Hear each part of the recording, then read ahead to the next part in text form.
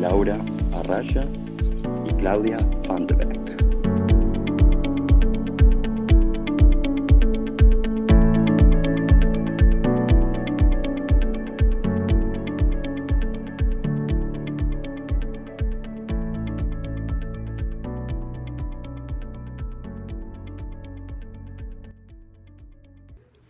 Hola, muy buenos días, ¿qué tal?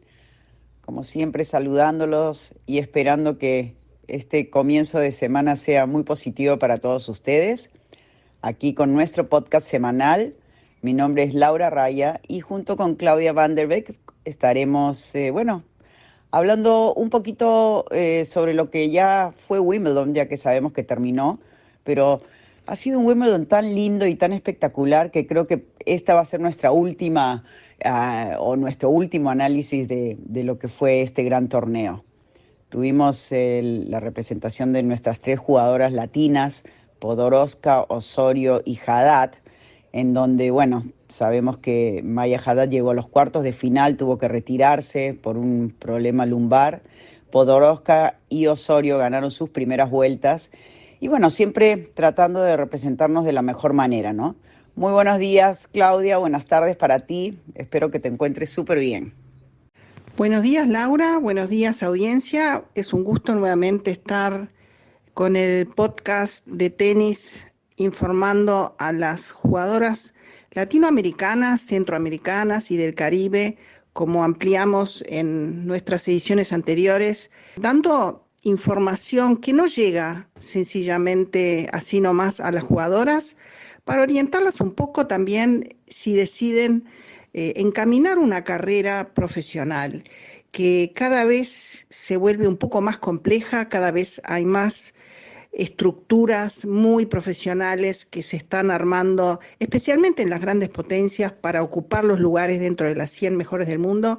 Y bueno, vimos mucho en Wimbledon, he hecho un bastante gran reseteo de lo que he visto para readaptar toda esa información y tratar de darle lo mejor a las máximas exponentes de todos los países centroamericanos, latinoamericanos y del Caribe. Con Wimbledon tenemos un muy buen ejemplo de cómo se pueden hacer las cosas mejor, Laura. Bueno, Wimbledon se caracteriza por este orden que tienen, bien estructurado, la gente súper sabe dónde ir, qué hacer, todo en general, ¿no? Te lo hemos hablado ya. Sobre todo también es increíble el fanatismo que existe porque no hay tanta capacidad de espectadores que puedan ingresar diariamente. Yo lo he vivido y lo he visto en las décadas que he jugado sobre la gente que espera fuera de los recintos, acampando, con carpas y todo, esperando al día siguiente para poder ingresar, ¿no? La verdad que es un torneo muy lindo. Hablando un poquito justamente de Wimbledon, tuvimos, ya habíamos comentado a Podoroska y Osorio que ganaron sus primeras vueltas. Podoroska pierde con una Azarenka que me impresionó mucho cómo jugó. Pensé que le iba a ganar Svitolina, que es otra de las jugadoras que realmente me saco el sombrero. Pierde con ellas, Svitolina que entra como wildcard y llega a las semifinales. Ya todos saben que ella fue madre en octubre, la verdad que un ascenso muy rápido.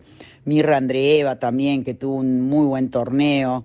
Rybakina, Sabalenka y Swiatek creo que fueron un poco las sorpresas para ellas mismas de no poder llegar un poco más allá. Sobre todo Svitolina nuevamente que le gana a Swiatek para llegar a las semis. Pero bueno, así son los torneos, ¿no? Los torneos a veces hay sorpresas y eso es lo lindo y creo que hemos tenido muy buenos partidos en la rama femenina. Y Haddad obviamente que se mete a cuartos de final, lamentablemente se tuvo que retirar. En cuanto al ranking, se ha mantenido Haddad número 13. El gran salto ha sido el de Podoroska, que sube 14 puestos luego de llegar a la semifinal de Budapest la semana pasada, donde fíjate que gana Timofeeva, una rusa, que entra como lucky loser, gana el torneo de Budapest. Increíble, muy bien por ella. Osorio también sube un par de puestos, 7 para ser exactos, está en este momento número 67 del mundo, en donde llega a los cuartos de final. Esta semana estará jugando en Hamburgo. Y bueno, después están las ranqueadas fuera de los 100, pero que están dentro de las 200, que son Pigossi, Riera, Carlea Arango, Ormachea y Zacarías, la mexicana. Así que creo que poco a poco estamos teniendo un poco más de presencia latina y eso es bueno. Ojalá que para el US Open tengamos a más chicas dentro del Grand Slam y dentro del main draw. De las jugadoras que tú mencionás, si pienso con todas las que he hablado, me quedaron en la mente especialmente impresiones de jugadoras que uno mirando la televisión, uno cree que son de cierta manera o mirándola jugar y después hablando con ellas uno descubre que tienen una faceta muy distinta o se muestran hacia la prensa de una forma un poco distinta. Pero con Haddad, que he tenido la posibilidad de tener varias conversaciones y con su familia, vi que está muy profesionalizada, muy enfocada hacia lo que quiere mejorar. Es una jugadora que puede todavía estar dentro de las top 10, que es su meta, y llegó a estar 10 después de muchísimos años que no teníamos jugadoras que alcanzaban esa posición. Y tiene sobre todo un físico que puede hacerle frente a las grandes sacadoras, se mueve muy bien, tiene un juego bastante completo. Y de las jugadoras que he tenido la posibilidad de hablar, me impresionó un poco Zachary, que tiene una imagen muy fuerte, muy de mucha potencia, de un físico absolutamente entrenado y muy hasta parece un poco tosca cuando uno la ve en la televisión y es una jugadora que hablando con ella es absolutamente lo contrario a lo que uno se imagina. Una sensibilidad tremenda. Justo hablé con ella después de un partido que había perdido, muy receptiva a lo que uno le dice, muy, me animaría a decir kinestética, que en algún momento hablaremos de esos términos también a nivel neurocientífico y a nivel emocional. Y después Andreeva, que también me sorprendió, una frescura muy linda, una novedad, mucha gente la quería ver, muy simpática, muy infantil en algunas contestaciones, un poco ingenua, pero con un tenis impresionante que viene plantando bandera dentro de las 70 del mundo en pocos meses, con apenas 16 años cumplidos. Y después Javert con un tenis absolutamente con muchas posibilidades de ejercer distintos patrones de juego en lo que respecta la táctica, pero con alguna vulnerabilidad emocional que con el marido veo que la maneja bastante bien, pero le cuesta y ha hablado de eso, que lo está trabajando y en cada partido le cuesta manejar el tema emocional.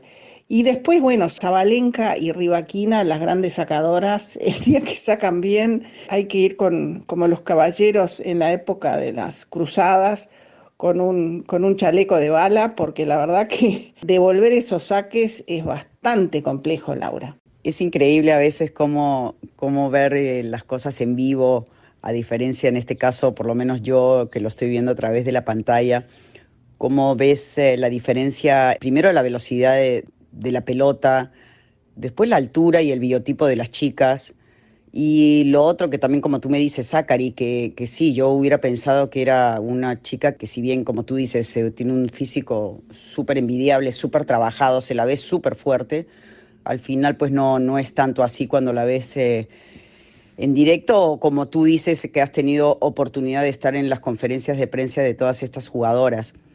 Me olvidé un poquito de mencionar, un poquito no, me olvidé completamente de mencionar a Ons Jabeur, que realmente fue un golpe durísimo para ella perder este Wimbledon.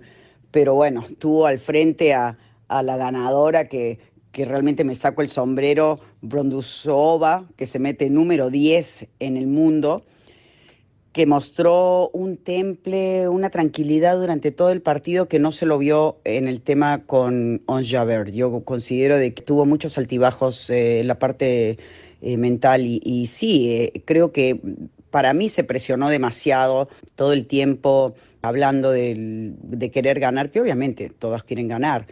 Ella tenía muchas posibilidades de hacerlo, pero bueno, se topó contra una jugadora que realmente fue un título para ella muy merecido. Y otro de los temas que hemos tocado bastante, Claudia, y que tú tuviste oportunidad también de preguntarle a varias de las chicas, ¿cuál es esa diferencia entre la 1, 2, 3, 4, ¿no? Porque siempre los partidos están ahí, con, por ejemplo, Haddad, que está número 13, que está muy cerca de meterse, o de repente de una número 12, 15, 20. ¿Cuál es digamos, la diferencia que hacen estas jugadoras como Swiatek, que está número 1, Sabalenka 2, Pegula, García? Tuviste tú también un par de preguntas que fueron bien interesantes. Bueno, Laura, había también una diferencia entre estar en una conferencia donde habría 10, 15 periodistas, porque los estudios de televisión tienen entrevistas personales con las jugadoras, que según el país, según el estudio, según el canal, tienen distintos periodistas con distintas formas de preguntar. Y se nota también que las jugadoras enseguida entran o no en fase con el periodista o la periodista, y es distinto cómo ellas reaccionan en charlas casi personales, porque antes era todo en habitaciones de medios anfiteatros donde venían las jugadoras, contestaban o los jugadores, y era más general y eso se filmaba. Ahora todo cambió. Y como hay ciertos países que tienen poco interés o poca gente allá preguntándole a algunos tenistas que no las conoce nadie o que no tienen una visibilidad importante, hay unos cuartos pequeños donde si uno tiene interés de hablar con una jugadora, puede pedir hablar con ella siempre y cuando acceda la jugadora y siempre y cuando el torneo también permita que se vaya a un cuarto casi a solas con la jugadora, como me ha pasado con varias de ellas, porque los canales ya las habían entrevistado, entonces dije voy a hablar con ellas y hacerle las preguntas que quiero hacerle, también con un enfoque un poco distinto al periodismo internacional, debo decir, porque lo mío venía un poco más por el lado también científico, analítico, las tengo estudiadas a las jugadoras del punto de vista de su juego, de su personalidad, de sus debilidades. Entonces, las contestaciones fueron con mucha empatía, cosa que me permitió también ampliar mis conocimientos para poder divulgar también muchas cosas en las que ellas trabajan, como el control de las emociones, que todas de ellas me han dicho que trabajan con psicólogos, algunas especializadas, algunas no, pero están en eso porque ya es parte del programa de todos los días, de tratar de controlar los pensamientos, para que cambie durante un momento negativo del partido cómo reaccionan hacia un punto perdido, hacia el tanteador, hacia la complejidad de no poder afrontar el juego de la contraria, de cómo hacer que una saque lo mejor de una en el momento preciso. Y ahí, como habíamos hablado de Lear, hay ciertas tácticas que uno puede aprender entre los puntos. Después hay también trabajos más a mediano o largo plazo, donde neurocientíficamente hubo muchos hallazgos que ayudan a mejorar hasta, me animo a decir, la conformación de las neuronas del cerebro, porque no hace muchos años se llegó a la conclusión y al descubrimiento de que pensar en positivo, en tener ciertas técnicas de pensamiento, de salir de pensamientos negativos a positivos, hasta es capaz de producir neuronas, el pensar en positivo. Así como esas neuronas que se producen van hacia los lugares en el cerebro que controlan nuestra atención, nuestras decisiones, que es el lóbulo prefrontal del cerebro, que es lo que es el hotspot hoy en día en la parte neurocientífica, el control de emociones, que la parte prefrontal, el lóbulo prefrontal se llama, es el que es muy importante en el tenis, en los deportes, en realidad en la vida, pero es cada vez más determinante en la performance de la jugadora. Todas se vienen especializando con especialistas que les hacen sacar ese 1% que casi todas me han dicho que todas van por el 1% de la diferencia que hace hoy en día ganar o perder, y estoy hablando entre las primeras 15, porque hay una diferencia considerable que he visto entre las 15 y las que siguen. Como también me asombró ver a Pegula, que es muy, muy completa y no tiene debilidades. Hay varias jugadoras que son así y después varias jugadoras nuevas que casi no las conocemos y que tienen una técnica, un coraje, una frescura y una decisión y una decisión de trabajar y vivir para el tenis que realmente me dejó muy asombrada. Ahí ese es un puntito que en Sudamérica tenemos que despertar el interés de que si uno decide jugar profesionalmente, tiene que darlo absolutamente todo, Laura. Y bueno, en el tema de las neurociencias, como digo, el pensar en positivo puede hasta formar nuevas células y alimentar lo que se llama neurogénesis. Lo negativo también puede incidir en que uno piense mal en el momento crucial del partido, porque se produce la hormona cortisol ante momentos muy negativos, o impactos negativos, o mismo en los entornos que se maneja eso también, los entornos de los jugadores. O sea, hay tantos aspectos para controlar, monitorear, que los unidos lo hacen de modo perfecto, los top 3. No dan espacio y margen a nada, pero los demás están viendo cómo llegar a ese 1% para estar dentro de las 10 o 4 o 5 del mundo, Laura. Bueno, mejor explicado imposible, Claudia. La verdad que es una clase lo que has dado. Creo que es algo importantísimo, que si bien hace muchas décadas atrás se utilizaba el psicólogo, pero eran muy pocos los que, eh, no sé si era que tenían acceso, sino que simplemente tenían esa información de que un psicólogo deportivo era tan importante. El tema de que tú dices, cuando estás en un partido y estás pensando cosas negativas, cambiar tu chip y empezar a tener ese lado positivo, son cosas que claro, se aprenden, ¿no? Creo que ahora en Sudamérica, por lo menos yo lo estoy viendo con muchas de las chicas, cuando he tenido oportunidad de viajar, es que muchas de ellas trabajan con psicólogos y creo que es un cambio bastante grande, no solamente las pros, sino las juniors también, ¿no? Y creo que eso es importantísimo. A veces estás en momentos vulnerables y te viene todo, pues todo encima y qué sé yo, y ahí es donde tienes que aprender a hacer el cambio y seguir hacia adelante. Una cosa también que para mí es súper importante son las metas, ¿no? Trazarte metas, sobre todo desde joven. He escuchado muchísimas veces, sí, yo quiero ser profesional, estar entre las 10 mejores, pero todavía no eres ni siquiera número uno de tu país. Entonces, también ponerte metas, sí, a largo plazo puede ser, pero primero las de corto plazo, ¿no? Empezar poco a poco, porque así también te vas a ir dando cuenta de que si logras estas metas, también vas a poder ir mejorando, ir escalando posiciones y poder llegar a tus objetivos, ¿no? La verdad que sí, muy interesante, muy interesante.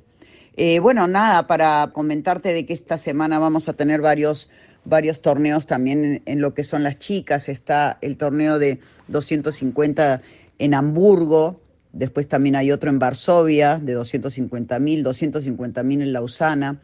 Creo que también es bonito ver la posibilidad de las jugadoras de poder escoger diferentes torneos, ver un poco la lista de aceptaciones, cuál torneo está un poco más accesible, cuál está muy difícil, y eso también es algo que uno lo tiene que analizar. No porque es un torneo que, no sé, está cerca de la ciudad anterior donde tuviste o porque tienes amigos o qué sé yo, te vas a ese, ¿no? Hay muchos factores a veces que uno tiene que tomar en cuenta: el tipo de cancha, el clima, las condiciones, nuevamente repito, el acceptance list, ¿no? Las chicas que van a jugar.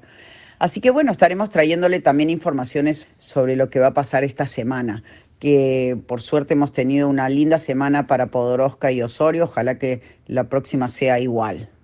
Sí, Laura, lo que a veces también perdemos la dimensión es de la cantidad de personas en el mundo que miran los partidos en Wimbledon. Uno está en el club y no se da cuenta porque, bueno, prácticamente es un barrio, se convirtió en un barrio, hermoso barrio, donde los colores, las flores, todo es como un reloj perfecto que funciona eh, teniendo al tenis como target principal.